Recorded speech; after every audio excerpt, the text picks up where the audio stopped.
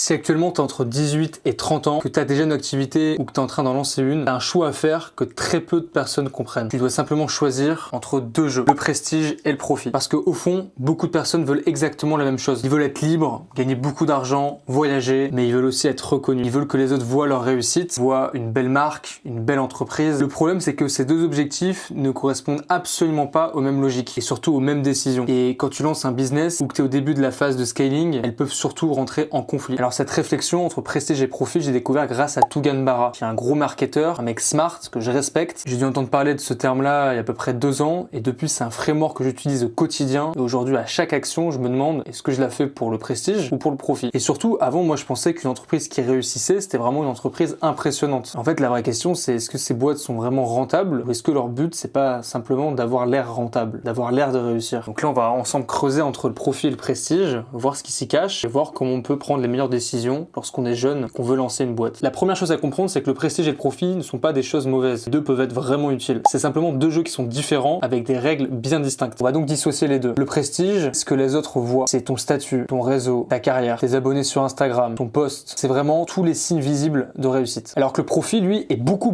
plus simple. C'est simplement est-ce que ton business gagne de l'argent? Est-ce que tu as de la marge? Est-ce que c'est rentable tout ça? Et est-ce que chaque euro investi produit plus de valeur que ce qu'il n'en coûte? Alors le gros problème, c'est que le profit est beaucoup moins visible que le prestige, surtout en France. Et ça, c'est le piège de la visibilité. Et c'est ce qui pousse la plupart des gens à chercher davantage le prestige que le profit. En fait, personne va venir te féliciter d'avoir augmenté ta marge de 8%. Personne va venir t'applaudir d'avoir réussi à diminuer ton coût d'acquisition par 2. Personne ne voit les heures passer à comprendre un client, à améliorer un script de vente. Et pourtant, et tu le sais, c'est ce qui fait exactement scaler un business. Au contraire, tout le monde va remarquer une levée de fonds, un bureau, une grosse équipe, un nouveau logo, un partage dans les médias, une collaboration. Les gens voient ça dans les journaux, sur Instagram, sur LinkedIn ou même dans des repas de famille et se disent ah, cette entreprise, elle fonctionne, elle est florissante. En revanche, ils ne voient absolument pas ce qui se cache derrière. Et c'est ça le gros piège. On va illustrer ça avec une petite histoire. Tu vas imaginer 2 entrepreneurs. Le premier veut rapidement construire une image. Donc il prend un bureau, il recrute, il investit dans son branding, dans son logo, dans sa charte graphique, sur son site web. De l'extérieur, ça impressionne tout le monde. Les gens parlent de lui. Ils pensent qu'il est en train d'exploser, il est en train de réussir sa vie. La vérité, c'est qu'il n'y a pas un rond. Et à côté, on a un deuxième gars qui est beaucoup moins visible. Son site n'est pas parfait, il a aucune équipe, il travaille seul depuis chez lui. Par contre, il connaît ses chiffres, il parle à chacun de ses clients, il améliore son offre, son copywriting, son closing, il augmente continuellement ses marges, il est vraiment dans l'optimisation méticuleuse des choses. Chaque mois, son business devient de plus en plus solide. Maintenant, la question à se poser, c'est lequel parmi ces deux gars est en train de réellement construire quelque chose? Et à mon avis, ce piège en France, il est encore plus puissant. Car en France, on valorise énormément le prestige, on valorise les diplômes, le statut, les grosses boîtes. Et donc si toi de ton côté, t'es orienté profit, attention, tu peux tomber rapidement dans un jeu qui n'est pas le tien. Tu vas dépenser pour de l'image, tu vas chercher continuellement de la validation, tu vas comparer ton parcours à des mecs pour qui le prestige c'est indispensable. Alors toi, ton avantage, c'est peut-être justement d'être un mec qui est orienté vers le profit. En fait, la question que je me posais, c'était pourquoi les gens cherchaient ce prestige-là? En fait, il y a quelque chose de beaucoup plus profond que ça. Par exemple, le besoin de reconnaissance, le besoin de se prouver quelque chose pour soi-même, pour son entourage surtout, ses parents, mais aussi pour des gens sur Internet. Tout ça, on va être honnête direct, hein, c'est naturel. Vouloir réussir, c'est un truc d'être humain bien constitué. Le gros problème, c'est quand tu construis ton business autour du regard des gens, sachant que le marché ne récompense pas uniquement ceux qui sont reconnus, mais ceux qui font juste du cash, du revenu, de la marge, ceux qui créent réellement de la valeur. Il y a un deuxième piège, c'est que le prestige ne dépend pas que de toi, parce qu'il existe uniquement dans le regard des autres. Et en fait, tu peux construire quelque chose d'incroyable, mais il faut que les autres le reconnaissent, sinon ça ne marche pas. Donc ton marché, tes clients, ta famille, tes potes et des personnes influentes également. C'est pour ça que le prestige est beaucoup plus difficile à atteindre, car il est moins objectif. Maintenant, il y a un mécanisme qui est intéressant, c'est que le profit garantit très souvent du prestige, tandis que le prestige ne garantit absolument pas du profit. En fait, tu peux être connu, perdre de l'argent. Tu peux avoir un gros statut, par exemple être pompier ou même être un politique, et ne pas gagner des sommes démesurées, mais quand même avoir beaucoup de prestige, avoir un haut statut social. En revanche, le profit crée souvent du prestige. Il va apporter du réseau, il va apporter de la reconnaissance, du respect. Tu gagnes des grosses sommes, les gens te respectent. Ils veulent savoir comment tu fais. Et donc à ce moment-là, le prestige devient simplement une conséquence, et pas un but à la base. Ce qu'il faut savoir, c'est que le profit est beaucoup plus contrôlable que le prestige. Il repose sur des mécanismes très simples. T'apportes de la valeur, quelqu'un te paie pour la recevoir, tes revenus doivent dépasser tes coûts, et à ce moment-là, tu crées du profit, tu peux réinvestir, faire scaler ta boîte. Tu peux agir dessus, t'as le contrôle. rôle. Tu peux améliorer ton offre, cibler un autre marché, améliorer ta stratégie, recruter, déléguer. Tu peux comprendre tes clients, augmenter les conversions. Tu peux aussi piloter tes marges, piloter tes coûts. En fait, le marché te répond en live. Et en fait, t'as pas besoin d'attendre qu'une personne te donne de la reconnaissance. Alors attention, ok? Là, je suis très méchant avec le prestige. Mais dans certaines situations, il peut devenir extrêmement puissant. Notamment dans le luxe, dans le milieu du consulting, même dans le milieu du coaching. En fait, dans tous les métiers où la confiance est essentielle. Car il y a beaucoup de secteurs dans lesquels la valeur perçue repose sur du prestige et crée donc davantage de confiance. Donc la question à se poser, c'est est-ce que tu utilises le prestige comme une stratégie à part entière, comme un outil pour ta boîte, ou est-ce que tu cherches plutôt le prestige pour nourrir ton ego, ton besoin de reconnaissance, ton besoin de plaire aux autres, de créer une boîte pour les autres. Il y a une dynamique encore plus intéressante entre le prestige et le profit, c'est que ça permet de bien comprendre les autres. Certaines personnes cherchent vraiment beaucoup de prestige, la reconnaissance, le statut, l'image, continuellement, jusqu'à la fin de leur vie, c'est vraiment dans leur ADN, mais aussi dans leur éducation, bien sûr. Tandis que d'autres personnes sont vraiment